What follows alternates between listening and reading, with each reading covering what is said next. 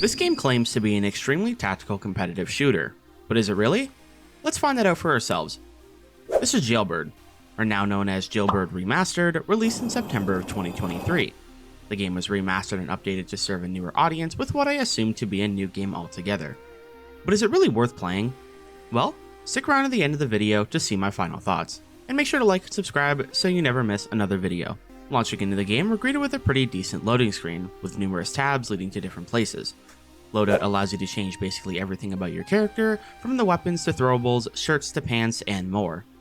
It's pretty in-depth with the total amount of weapons being fairly large, same goes for the attachments. However, it does take quite a lot of cash and leveling to start unlocking them. The store features quite a lot of tabs, ranging from regular daily cosmetics to purchase, from premium and workshop tabs all filled with numerous items you can buy.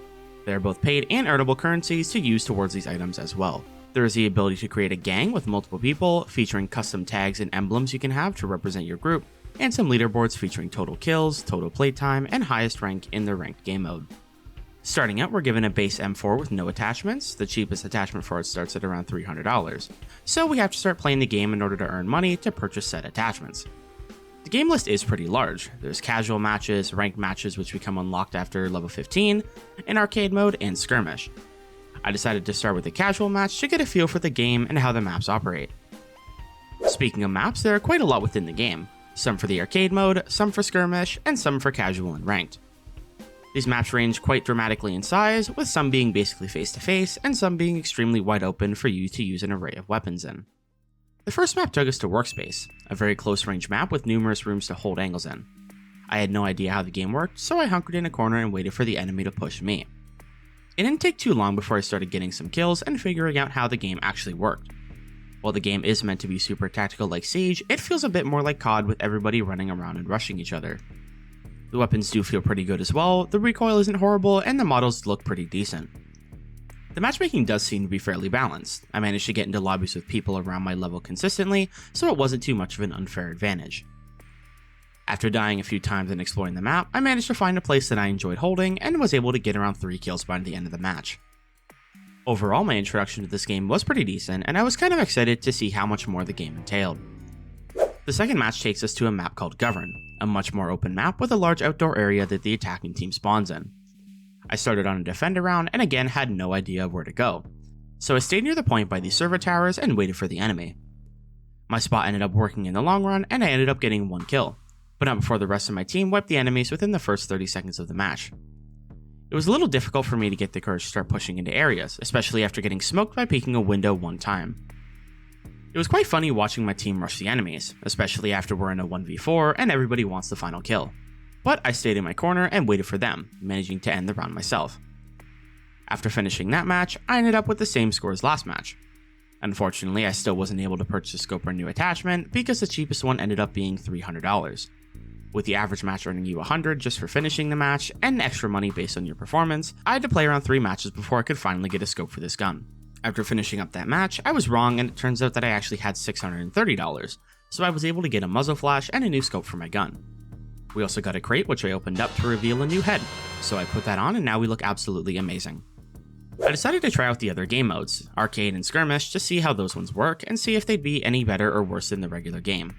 Starting out with arcade, it's a 6 vs 6 elimination game mode and numerous small maps where you're given a choice of 2 preset loadouts. These weapons can be completely random in skins and attachments. Going into the second round, I decided to choose the PPSH loadout. Once we spawned in, turns out the maps are really small. You literally go to either side and the enemies are in clear view. I took out 2 before not being able to shoot through a chair and died. The next map seems to be an office, a little bit more spacey but still very close range. I chose the sniper loadout since I wanted to see what the snipers were about and got immediately taken out. It took a bit of practice before I finally figured out the proper way to play. And that proper way to play is literally push the enemy, peek at them, and hope you kill them before they kill you. The next 2 maps were the same one, an outdoor sort of canyon with some hills and trees to peek from. I got a combined 3 kills within those 2 rounds. The next rounds are pretty similar, besides this pretty open desert style map. I was given an AS Val, which worked out pretty well in my favor, being able to drop 2 fairly quickly. But I managed to top the leaderboard with a total of 14 kills. Once I was finished with that, it was time to try out the skirmish mode. A large map 10v10 battle where you can choose between 2 objectives, get 7 bags total or amass 100 kills as a team. Turns out everybody loves doing the 100 kill mode, so it was chosen way more often than the other one. The first match was a little bit confusing because, as it turns out, you can indeed get spawn trapped. While there is a protection at your spawn, the second you walk out you can either find no enemies or every single one at your face. I managed to get a total of 8 kills within around 2 minutes because it was already nearing the end of the match. The second match, however, went absolutely amazing, so I'll play out the best parts of it for you all to enjoy.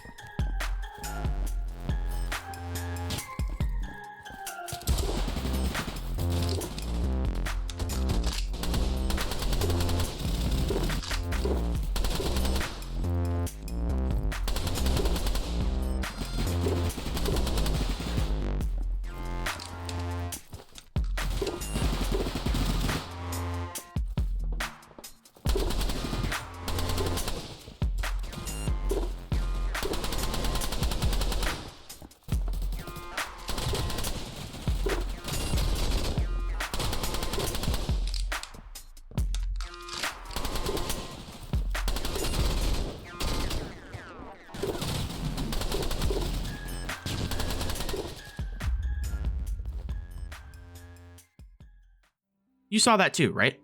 After dropping 40 kills and doing all that work, the teams got rebalanced and I ended up on the losing side.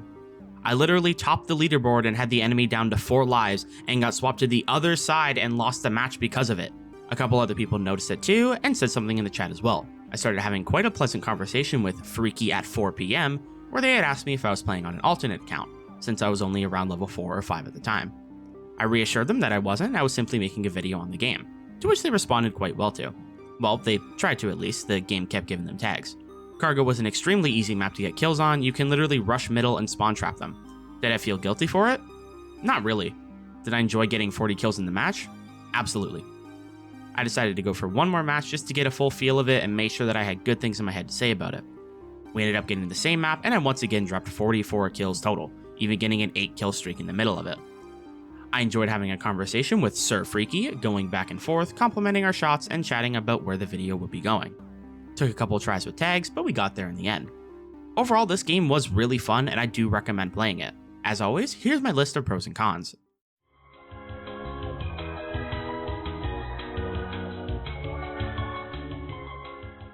The pros. The guns are well modeled and look good for the game's style. The weapons perform very well and seem fairly balanced overall. It's really easy to earn money to unlock weapons and attachments if you simply play the skirmish mode.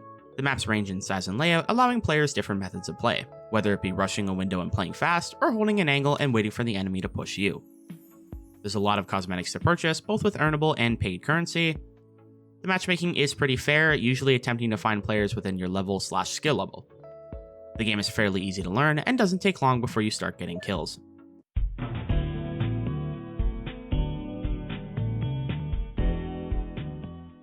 The cons. The graphics do seem fairly basic, especially for a game that's listed as a remaster. While graphics aren't a necessity in games, listing it as a remaster can seem misleading to some, where they would expect newer, updated graphics as opposed to just updated gameplay. While the amount of cosmetics is large, it can feel a bit overwhelming and give off the impression that the game focuses more on its cosmetics and looks and purchases rather than its gameplay. The game is easy to learn, but in my opinion, it feels a little bit too easy. It could just be me since I play a lot of FPS games, but it felt incredibly easy to find an angle or drop a lot of kills after playing just a couple of matches. That was really all the negatives I had about the game. Overall, it is an incredibly fun game to grind and play, whether you play on your own or with your friends. Thanks for watching. If you liked the video, make sure to like, subscribe, and turn on notifications so you never miss another video. If you have any other games you want me to check out, let me know down in the comments below. I've been Miko, and I'll catch you in the next video.